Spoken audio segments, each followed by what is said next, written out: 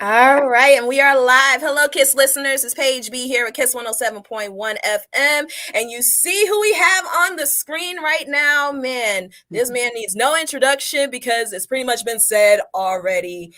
Iconic music producer, songwriter, a legend, the one and only Mr. Jimmy Jam. How you doing today, sir? I'm doing wonderful. I'm doing wonderful. How are you?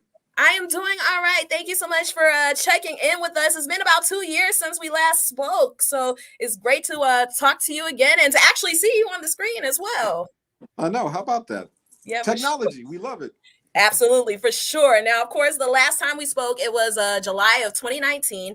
Is when you and Terry Lewis, shout out to Terry, first announced that you guys will be putting out your debut album as artists. That was, of course, Jam and Lewis Volume 1. And we talked about, the journey that you guys had in getting there and, the decades in the making and all the, little speed bumps and all of that. So now it is finally out. It was released early this year and it received more than rave reviews for sure. So how does it feel after decades in the making that the one thing that you guys wanted to do to put out an album as artists is finally happened? Well, I got to tell you, it feels amazing. First of all, to have just put the album out has been amazing. What's been even more amazing has been the response to it and the love that we've been getting from the fans. And so, I first of all just want to thank you for supporting it because I always say it's like the tree that falls in the forest. If nobody sees the tree fall, then you don't even know what happened. So we can make the record. Terry and I agree that we try to make good music.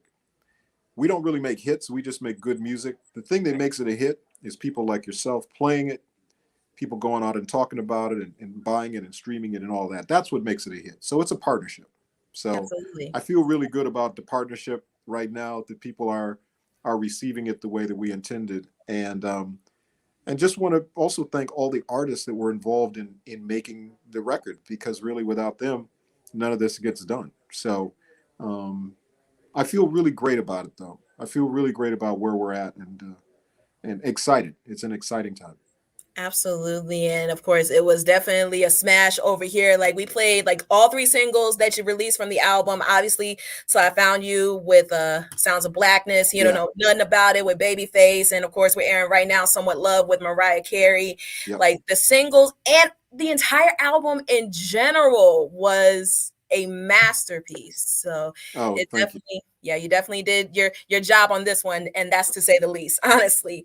So, of course, like a lot has happened between, the time we last spoke and, of course, you releasing the album. Of course, we had the whole pandemic going on. And, of course, with you guys being perfectionists, you definitely want to make sure that you put out the best album possible. So, how important was it for you guys to take your time in crafting this album?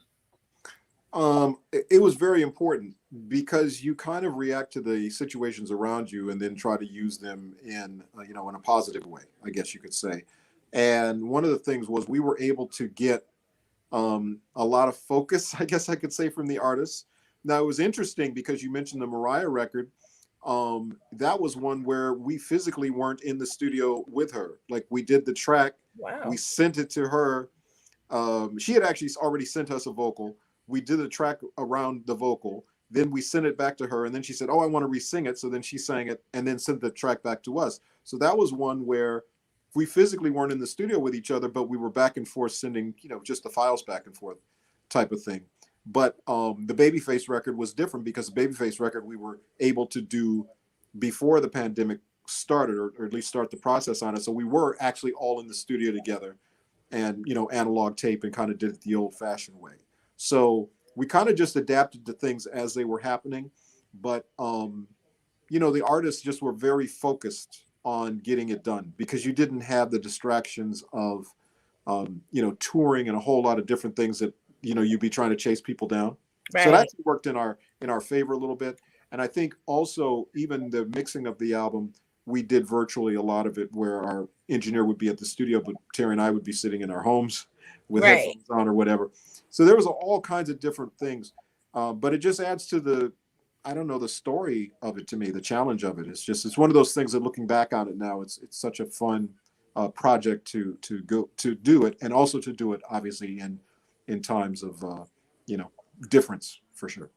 Absolutely. And of course, in addition to the new album, you also have a podcast out that is doing really well. Just Listen with Jam and Lewis, in which you sat down with some of your musical peers that you have worked with over the years, with Morris Day and Stokely, Jerome Benton, Alexander O'Neill, Sherelle, Abdul from the SOS band. So, how did that idea come about with you guys, starting a podcast? So a long time ago, Clarence Avant, when we first met Clarence, he had a saying, and he would always say, "The earth has music for those who listen." And we like the idea of listening, not only as a concept for music, but also as a concept for conversation, because people do a lot of talking. And as Terry always says, God gave you one mouth and two ears. Right. Use accordingly, right? Exactly. For us, it was a great way to tell the stories about the songs, but try to bring the artists that are the ones that help create the songs in, and make them involved in the process. So it's basically just having a discussion. A lot of reminiscing goes on. You Yeah. mentioned Alexander O'Neill and Sherelle and SOS band who we had on the other night.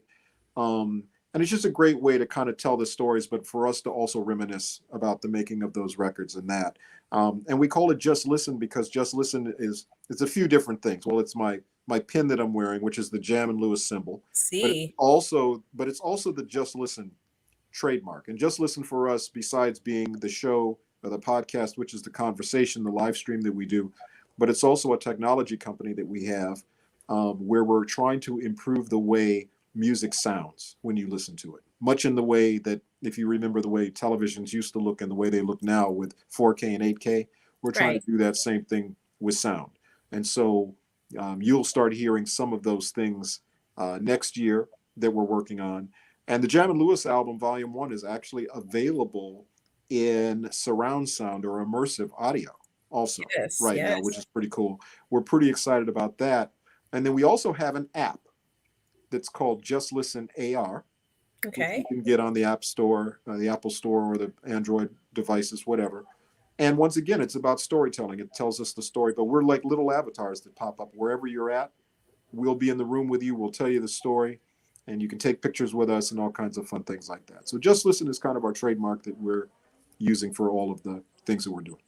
Absolutely. That sounds awesome. Very, very busy. Now, let's speaking of Mr. Clarence Avant, the Black Godfather, of course, getting ready for the Rock and Roll Hall of Fame induction ceremony tomorrow. He's being honored with the Ahmet Erdogan Award. So, as one of his many, many, many success stories in his repertoire, like how important and how amazing you must feel to be a part of Mr. Avant's legacy. I feel so blessed and honored to have Clarence in my life, beyond what I could ever explain and put into words. The lessons that he taught us, um, the opportunities that he gave us before the lessons, to actually trust us with the SOS band, which was one of the first groups that we produced when we weren't really even known as producers. We were just a couple of guys from the time, back in Right. the day.